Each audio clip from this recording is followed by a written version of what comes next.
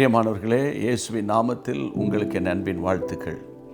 இன்றைக்கும் இந்த லெந்து நாட்களில் நாம் தியானிக்க வேண்டிய முக்கியமான ஒரு கேள்வி உண்டு. வாசிக்கலாமா? கர்த்தருடைய பிள்ளைகளை நான் வாசிக்கிறேன். லூக்கா எழுதின சுவிசேஷம் 2ஆம் அதிகாரம் 49ஆம் வசனத்தின் மேல்பாகம்.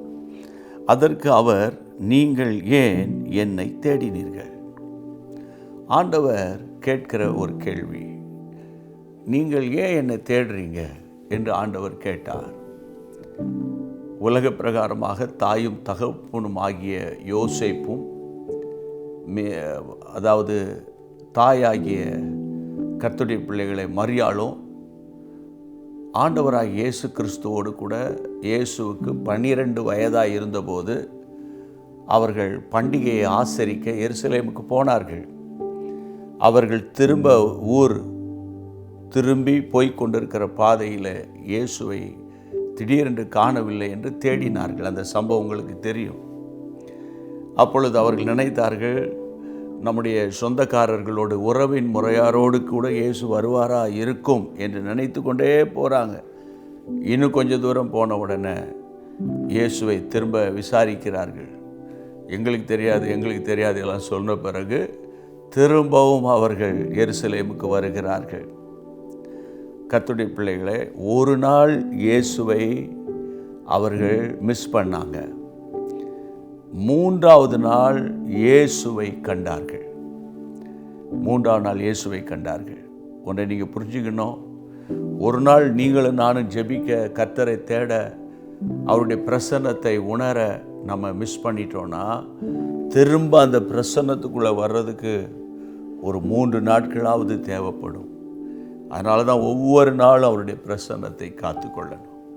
சரி, ஆண்டவர் தேடி வந்த தன்னுடைய பெற்றோரை பார்த்து சொல்லுகிற வார்த்தை, ஏன் என்னை தேடினீங்க? அந்த கேள்விக்கு அதற்கு கீழே நீங்கள் படித்தால், என் பிதாவுக்கு அடுத்தவைகளில் நான் இருக்க வேண்டியதென்று நீங்கள் அறியீர்களா என்று கேட்டார். அதாவது தேவனுடைய சித்தத்தை, நான் எதற்காக உருவாக்கப்பட்டேன் என்ற நோக்கத்தை நீங்கள் அறியாமல் இருக்கிறீர்களா என்று ஆண்டவர் கேட்டார். இன்றைக்கும் இந்த நேரத்தில் உங்களுக்கு முன்பாக இந்த கேள்வி எழுப்பப்படுகிறது.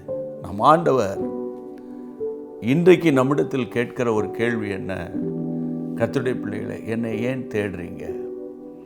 தாயின் தகப்பனும் ஐயோ என் பிள்ளையை காணோமே என்று தேடினார்கள். அதற்கு ஆண்டவர் சொன்ன வார்த்தை, பிதாவுக்கு அடுத்தவைகளில் அவர் சொல்லுகிறதை பாருங்கள், இருக்க வேண்டியதென்று நீங்கள் அறியீர்களா? We should know the will of God.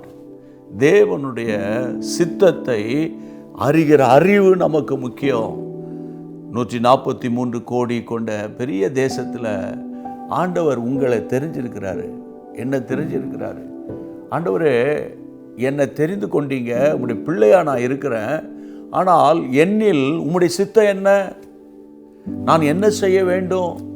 ஆண்டவரே, இந்த வருஷத்தில் நான் எந்த காரியத்தை செய்து முடிக்கணும் என்ற ஒரு நோக்கத்தை அறிவதற்கு தேவனுடைய சமூகத்தை தேடுங்கள். சரியா? உங்களுக்கு புரிந்து விட்டது என்று நான் நம்புகிறேன். ஜெபம் பண்ணுவோம்.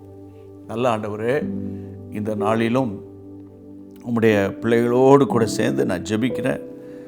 லூக்கா எழுதின சுவிசேஷம் 2ஆம் அதிகாரம் 49ஆம் வசனத்தில், நீங்கள் ஏன் என்னை தேடினீர்கள் என்று கேட்ட தேவனே, ஆண்டவரே, நீர் சரியான 12 வயதிலேயே பிதாவினுடைய சித்தத்தை அறிந்தது போல நாங்களும் உம்முடைய சித்தத்தை அறிகிற அறிவை எங்களுக்கு தாரும்.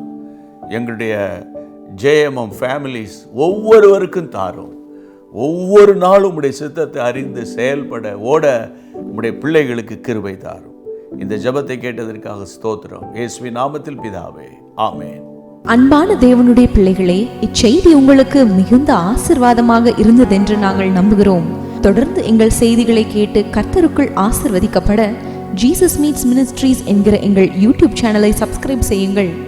மேலும் உங்கள் ஜெப உதவிக்கு எங்களோடு நீங்கள் தொடர்பு கொள்ள வேண்டிய தொலைபேசி எண் 984125 5286 மற்றும் 7299546363.